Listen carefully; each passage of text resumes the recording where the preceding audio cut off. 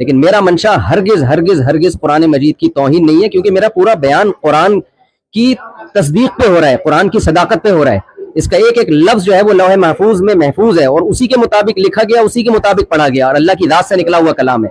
میں نے ہرگز ہرگز آپ کو ان پڑھ کا لفظ آپ کے لیے استعمال نہیں کیا، یہ توہین کا لفظ سمجھتا ہوں میں. میری طرف کسی نے منسوخ کیا کہ میں نے یہ کہا ہے کہ میں نے نبی کو معاذ اللہ ان پڑھ کہا ہے، ہرگز نہیں. میں نے کہا آپ صلی اللہ علیہ وسلم لکھنا پڑھنا نہیں جانتے، یہ لفظ امی کا ترجمہ ہے. میں سمجھتا ہوں کہ اگر کسی کو یہ میرے لفظ سے یہ لگا ہے کہ میں نے سید الانبیاء صلی اللہ علیہ وسلم کی توہین کی ہے تو میں اس سے بھی معذرت چاہتا ہوں. اور میرا عقیدہ یہ ہے کہ میں یہ سعادت سمجھتا ہوں کہ ناموس رسالت پر اگر میری موت واقع ہو جائے تو میں سمجھتا ہوں اس سے بڑی کوئی دنیا میں کامیابی نہیں ہے. دوسری طرف جب قرآن کریم کے الفاظ نازل ہو رہے ہوتے تھے تو رسول کریم سرور دو عالم صلی اللہ علیہ وسلم کو یہ فکر ہوتی تھی کہ یہ وحی کے کلمات ہیں، قرآن کریم کے کلمات ہیں، یہ کہیں میں بھول نہ جاؤں.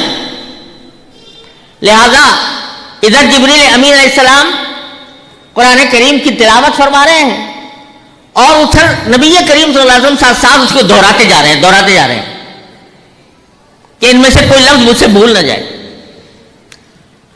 تو دوہری مشقت، ایک وحی کی بذات خود مشقت اور ایک اس قرآن کریم کو اپنے حافظے میں محفوظ کرنے کی مشقت. تو اللہ تبارک و تعالیٰ نے وحی نازل کرتے کرتے کرتے سورہ قیامہ کی، جس میں قیامت کے احوال بیان فرمائے اللہ تبارک و تعالیٰ نے، این اس کے درمیان جب دیکھا کہ میرے پیارے محبوب کو مشقت ہو رہی ہے یاد کرنے میں، تو آپ کو تسلی دی کہ لا تحرک بہ لسانک لتعجل بہ، اے میرے محبوب تم اپنی زبان کو حرکت دینے کی تکلف نہ کرو کہ جلدی جلدی یاد کرنے کی کوشش کرو.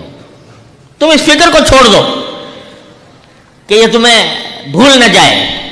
اپنی زبان کو حرکت نہ دو، جلدی کرنے کے لیے اور یاد کرنے کے لیے حرکت نہ دو، بس سنتے رہو. کیوں؟ ان علینا جمعہ وقرآنہ، یہ جو تمہارے ذہن پر ایک بوجھ ہے کہ میں کیسے یاد کروں گا. بعض اوقات ایک مرتبہ سورہ انعام کے بارے میں آتا ہے کہ پوری سورہ انعام، اتنی طویل سورت جو ایک پارے سے زیادہ کے پر مشتمل ہے، اکٹھی نازل ہوئی تھی. روایات میں آتا ہے کہ 40,000 فرشتے لے کر آئے تھے وہ سورہ انعام، پوری کی پوری اکٹھی. تو آپ کو اگر یاد کرنے کا بھی مسئلہ ہوتا تو ادھر وہ وحی کے نزول کی شدت ہے اور ادھر اتنی بڑی سورت کو یاد کرنے کی شدت ہے.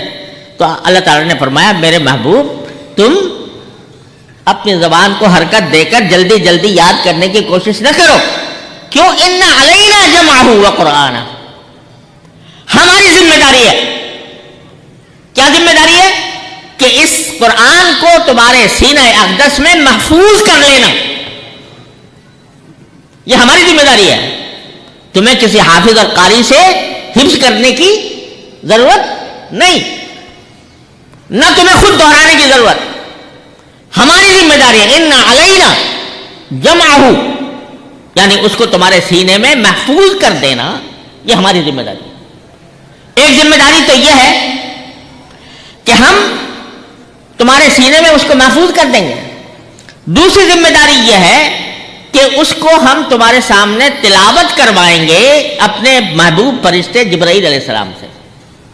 قرآن یعنی وہ تمہیں پڑھ کر سنائیں گے، اور پڑھ کر اس طرح سنائیں گے جیسے کہ ہم چاہتے ہیں. ان علینا جمعہ، یعنی ہماری ذمہ داری ہے کہ ہم اس کو تمہارے سینے میں محفوظ کریں گے اور تمہارے سامنے پڑھوائیں گے جبرائیل سے اس طرح جیسے ہم چاہتے ہیں. پھر کیا ہوگا؟ فَإِذَا قَرَأْنَاهُ، جب ہم پڑھوا دیں، ہم پڑھ دیں یعنی ہمارا فرشتہ پڑھ دے، فَاتَّبِعْ قُرْآنَهُ، تو دل میں آپ کے محفوظ تو ہم نے کر دیا، آپ اس کو بھولنے والے نہیں ہیں. آپ کے اوپر کبھی نسیان اس قرآن کریم کا طاری نہیں ہوگا کہ آپ بھول جائیں کہ ہم نے کیا نازل کیا تھا. اس کی ذمہ داری تو ہم نے لے لی کہ آپ کے سینہ اقدس میں وہ قرآن محفوظ ہو جائے گا. اور ہم نے پڑھنے کا طریقہ بھی آپ کے سامنے بتا دیا جبریل امین کے ذریعے. جب ہم نے پڑھنے کا طریقہ بتا دیا تو پھر فَاتَّبِعْ قُرْآنَهُ، جس طریقے سے جبریل امین نے تمہارے سامنے پڑھا تھا اسی طریقے کا اتباع تم بھی کرو. قرآن کریم کو تو اسی طرح پڑھو جس طرح تمہارے سامنے جبریل امین نے پڑھا تھا.